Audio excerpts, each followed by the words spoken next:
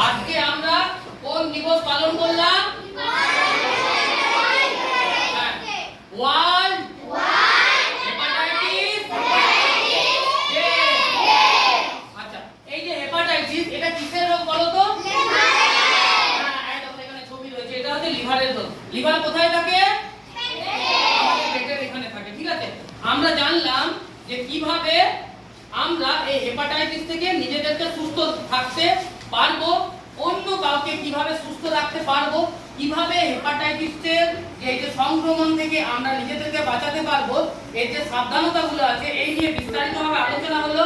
তোমাদের মাস্টারমশাই রয়েছেন, মাস্টারমশাই আলোচনা করলেন, তোমাদের আরেক মাস্টারমশাই আলোচনা করলেন, শুভদীপ স্যার আলোচনা করলেন, আমি আলোচনা করলাম, বলরাম স্যার আলোচনা করলেন, ম্যাডাম, জ্যোতিষ স্যার, সবাই মিলে একটাই বিষয় আজকে তোমাদের শেখানো যে আমরা এই যে হেপাটাইটিস ডে তে, ওয়ার্ল্ড হেপাটাইটিস ডে তে আমরা একটাই কথা মনে রাখবো যে আমরা আমাদের লিভারকে সুস্থ রাখবো এবং এই লিভারকে সুস্থ রাখার জন্য আমাদেরকে কয়েকটি সাবধানতা অবলম্বন করতে হবে।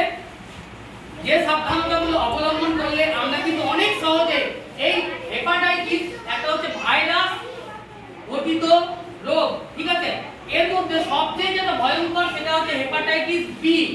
এই যে হেপাটাইটিস বি এটা রক্তের মাধ্যমে কিন্তু সংক্রমিত হয়। আর বাকি কিছু হেপাটাইটিস রয়েছে, যেমন হেপাটাইটিস এ রয়েছে, এটা কিন্তু জলের মাধ্যমে সংক্রমিত হয়।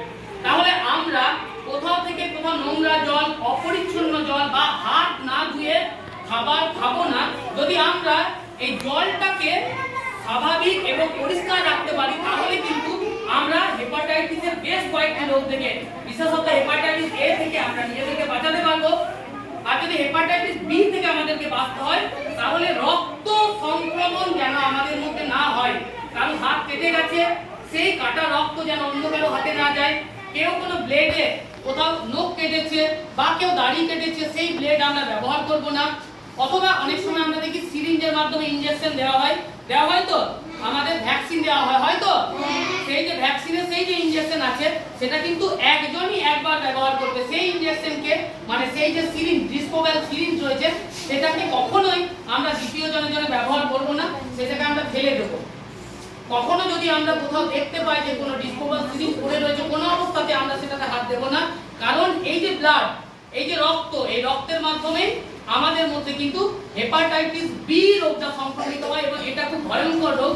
সারা পৃথিবী জুড়ে বহু মানুষ এই হেপাটাইটিস বি রোগে আক্রান্ত, এবং এই রোগে যদি কেউ একবার আক্রান্ত হয় এটা কিন্তু অনেক বড় তার জীবনে ক্ষতি আনতে পারে।